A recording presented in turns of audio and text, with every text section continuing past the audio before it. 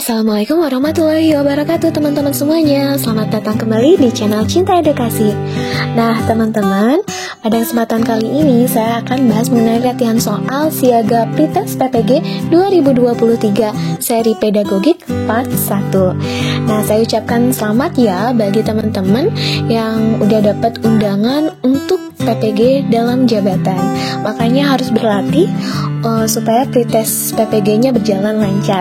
Nah sebelumnya buat yang belum subscribe, silakan subscribe dan jangan lupa untuk aktifkan notifikasinya. Karena di minggu-minggu ini saya akan lebih banyak ke membuat soal pretest PPG gitu ya, terutama untuk soal-soal FR yang memang sering keluar di pretest PPG. Oke teman-teman, yuk kita simak untuk soal-soalnya. Nah teman-teman, ini soal yang pertama ini sebenarnya dulu pernah saya bikin shorts-nya gitu ya. Nah, tapi belum sempat pembahasan. Makanya di video ini kita akan latihan soal beserta pembahasannya.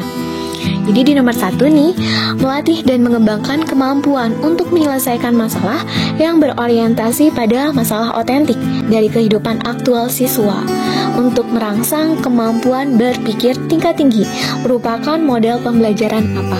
Jadi nomor 1 ini tentang model pembelajaran teman-teman. Di sini untuk nomor 1 keywordnya adalah kemampuan untuk menyelesaikan masalah. Dan di sini dituntut untuk kemampuan berpikir tingkat tinggi gitu ya. Jadi siswa dihadapkan pada suatu permasalahan dan harus memecahkan masalah tersebut gitu. Nah, ini berarti model pembelajaran apa? Kalau misalkan lebih ke penemuan itu kan discovery ya. Kalau lebih ilmiahnya lagi inquiry. Membuat produk itu project based learning. Karena di sini kata kuncinya masalah, maka jawaban yang tepat untuk soal ini adalah problem based learning ya. Jadi opsi A teman-teman. Oke, jawabannya A karena di sini lebih ke menyelesaikan masalah dan di sini siswa itu dirangsang untuk berpikir tingkat tinggi. Jadi itu jelas adalah model pembelajaran problem based learning. Oke, PBL ya, atau dikatakan PBL.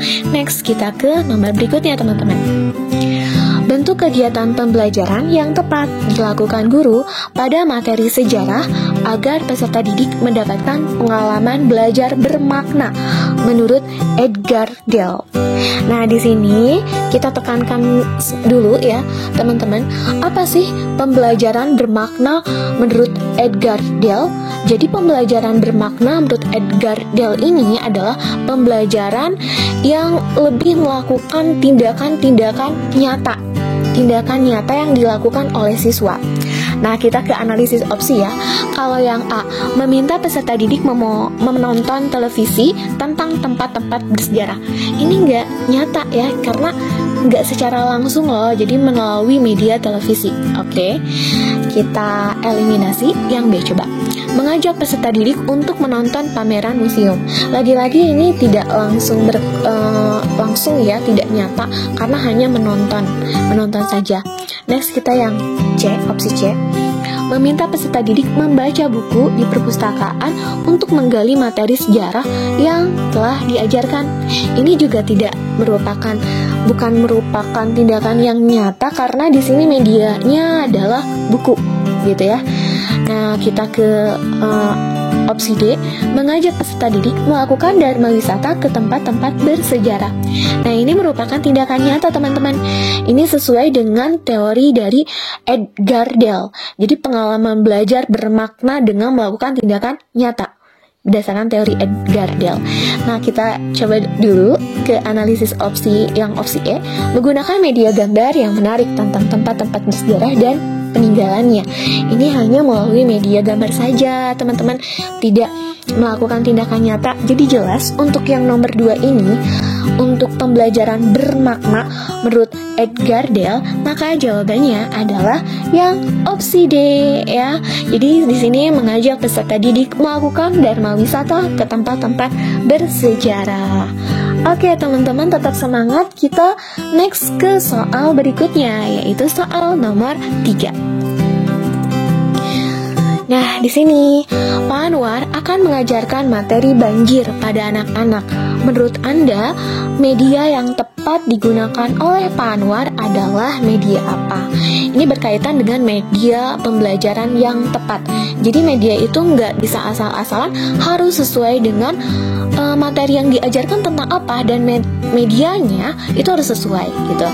Kalau banjir itu kan proses ya teman-teman, airnya ngalir, terus bagaimana dampaknya terhadap lingkungan, bagaimana dampaknya terhadap kehidupan sosial, maka itu kurang bagus kalau misalkan hanya berupa gambar, buku cetak, poster, atau foto, karena itu nggak bergerak gitu. Jadi diusahakan media yang tepat untuk banjir ini adalah video ya. Media yang tepatnya adalah video, karena di sini bisa kelihatan bagaimana air itu ngalir, bagaimana dahsyatnya banjir itu, bagaimana dampaknya terhadap lingkungan, terhadap fasilitas sosial. Jadi itu lebih ngena dan siswanya juga lebih mengerti, lebih dapat feel-nya. Oke teman-teman, tetap semangat ya. Kita next ke nomor berikutnya. Nah, di sini nomor 4 nih teman-teman.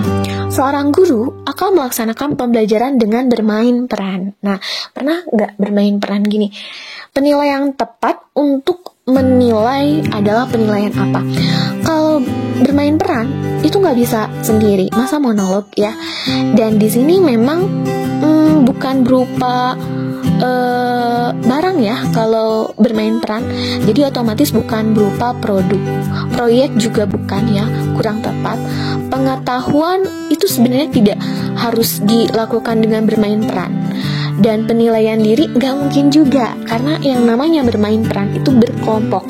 Maka di sini jelas penilaian yang tepat untuk bermain peran atau melakukan drama nih, misalkan